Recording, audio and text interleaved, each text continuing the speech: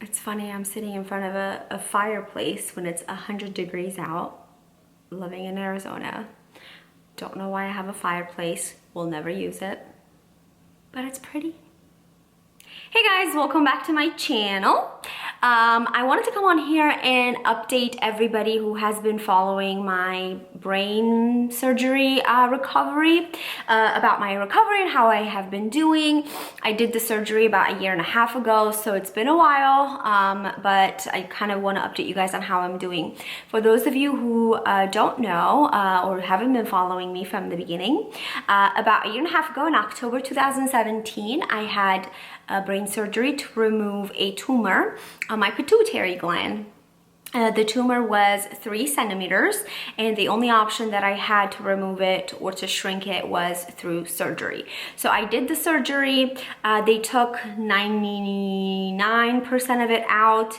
My particular tumor was very stubborn, and it was stuck to very important nerves around the area. So my neurologist felt like it wasn't worth the risk to remove all of it, so he left a little bit behind, the parts that were stuck to like the nerves that were very important. So I have a little bit left, but it's not, bad. It doesn't cause anything, and I basically go every year and do an MRI and make sure that it's not growing. So basically at this point we monitor the progress, or monitor the tumor. My neurologist did say that because I am young, it will probably grow back, but it's a very slow growing tumor, so we probably will know if it's starting to grow that way. But anyways, I did post a recovery video like 6 months after the surgery, and I didn't do one after that. So here I am. I'm doing a recovery update video, and I kind of want to answer some of the questions that I get.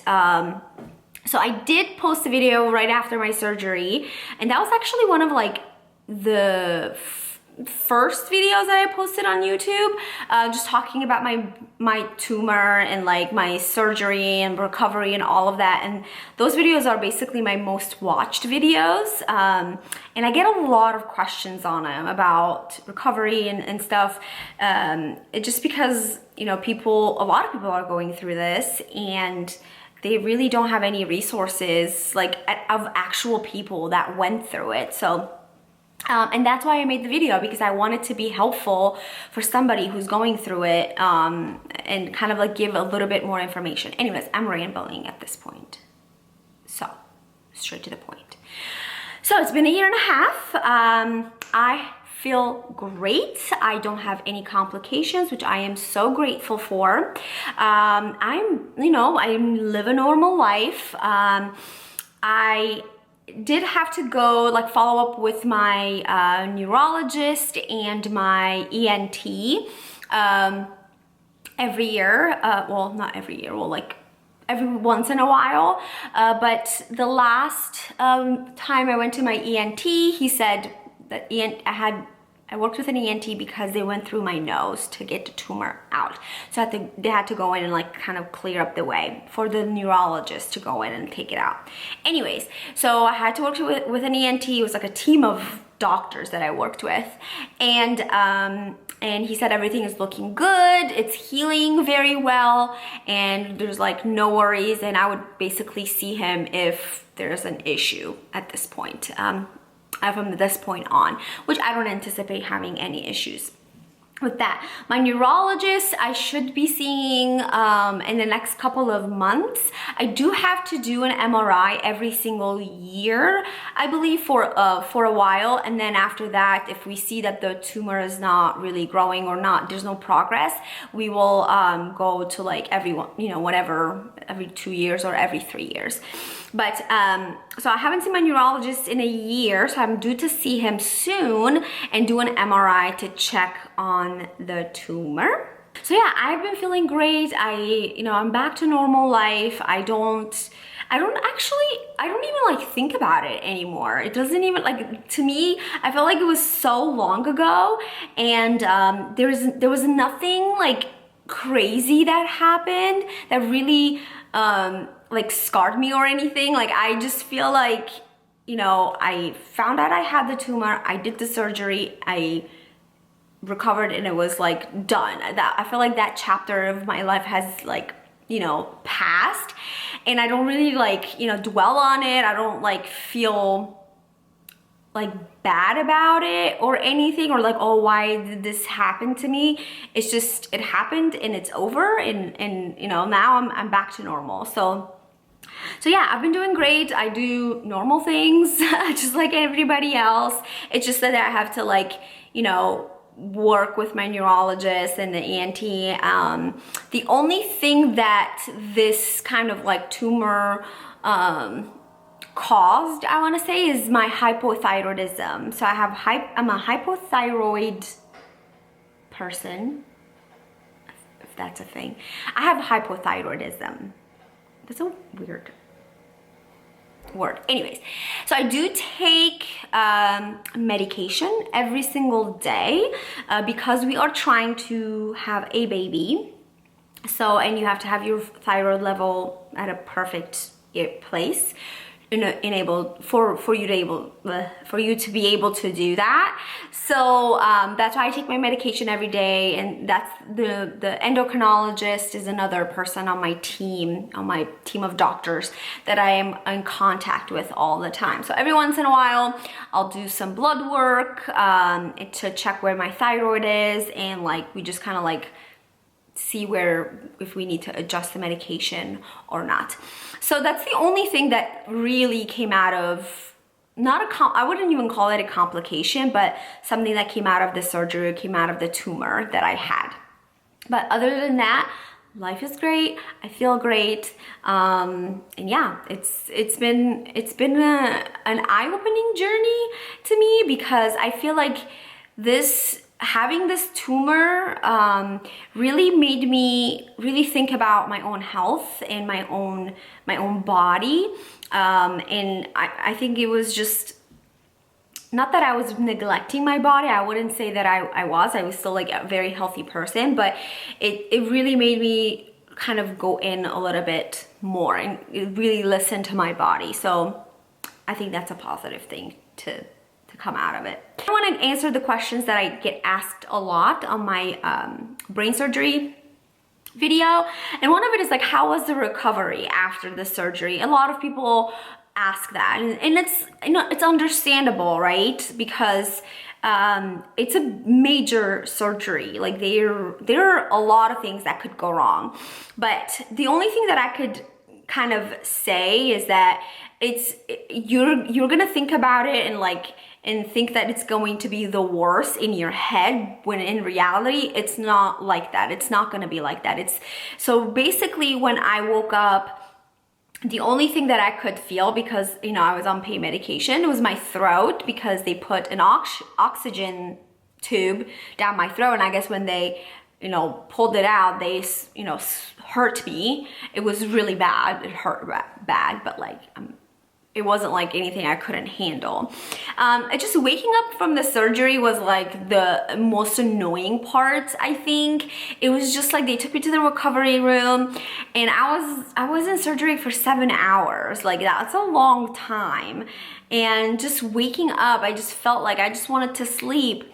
But then I was feeling nauseous from the anesthesia. But you know, not everybody's gonna experience this, but that was what I was feeling. And my nose was blocked up because, you know, I was gonna have a lot of drainage, so they had it blocked. It was kind of like I couldn't breathe, and I was very swollen. Like I was so swollen. So there was a combination of things that were happening right when I got out of the surgery that was just kind of uncomfortable. And they had these, like, I don't know what they call it, these things on my legs that kind of like pulse, like your legs, like kind of like when they take your blood pressure.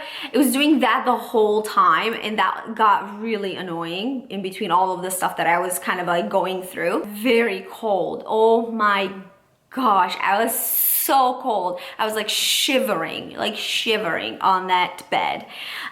So those are the things that I felt. They took me to the ICU, and I was in the ICU for 2 days. I started to get a little bit of a headache, but it wasn't bad at all. Like, it wasn't like just like a minor pressure in like this region. I mean, they were in there for 7 hours. You're gonna expect some type of discomfort. I would say it was more of a discomfort than pain. And of course, they have you on a regular doses of pain medication, and I was taking, it wasn't even heavy medication, it was like ibuprofen. Yeah, like a higher dosage of ibuprofen and Tylenol, and I was also taking antibiotics. So it wasn't like, oh, like they have you on all these heavy medications to like, so you don't feel pain. You're not gonna really have a lot of pain. So that's another thing I get asked, was there pain? The answer is, it was more discomfort than pain.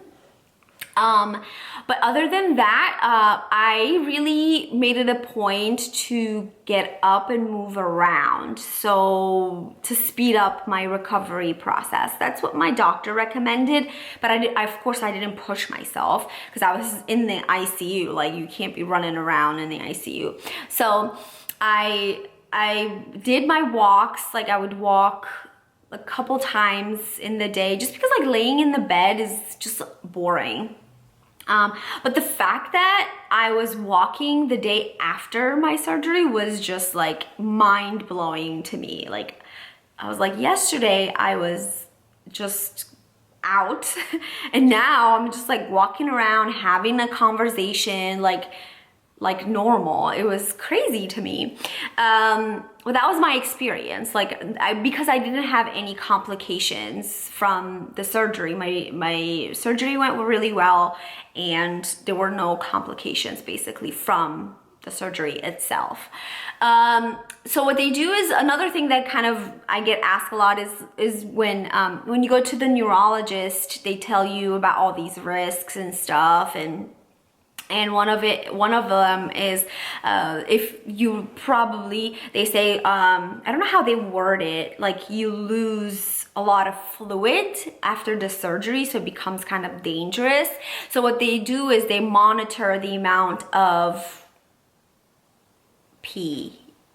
I don't know if I can say this here, but like they monitor your pee. So every time you go to pee, they have a measuring thing in the toilet, and they measure how much you kind of eliminated, so they can kind of see if you are at risk of losing too much fluids.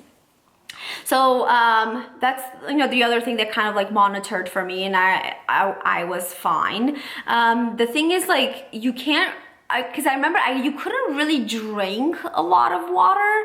I just remember I was eating a lot of ice, and you can't taste anything, which I'm going to come back to in a minute. You can't really taste anything. So the ice and the coolness of the ice, it just feels really good. I remember, like, I was like, this is the best ice ever in life. Like, it was just like so good. Couldn't taste anything for, I want to say 2.5, 3 months. I couldn't taste and I couldn't smell anything. My sense of smell came back before my sense of taste came back, which was kind of weird to me, I thought. So yeah, I couldn't taste anything for a good while. And it was just like when it started to come back, it was like a gradual, tasting a little bit, like each day or every couple of days I would just taste a little bit more. It was a good time for just eating healthy. Like, I just ate healthy because I was like, I can't taste anything. I'm not gonna have those French fries because I can't taste it, and I'm not really in the mood for it. So it's crazy how like your senses, like your taste and smell, really affect like what you put in your body. But anyways, so yeah, it will come back. It's not like you're gonna be tasteless forever. I just want to end the video on this note. If you are going through this, if you don't know somebody that's going through this, I understand it is very, very scary. You are not sure what's going to happen. They tell you all these risks, all the stuff that could go wrong, and it scares you, it really does. But that's their job. They're supposed to tell you all of these things that could go wrong. Just know that you will be okay. Just have a positive attitude and kind of be strong for yourself, not for anybody else. Be strong for yourself, because and make sure that you're taking care of your body and yourself. Just have faith that things will work out for the best for you. I wish you the best of luck if you're watching this because you're going through it. But I'll link my other videos that I did about my surgery and the tumor in the description box. So if you want to watch those, you can. Yeah, I want to thank you for watching. I'll see you next time.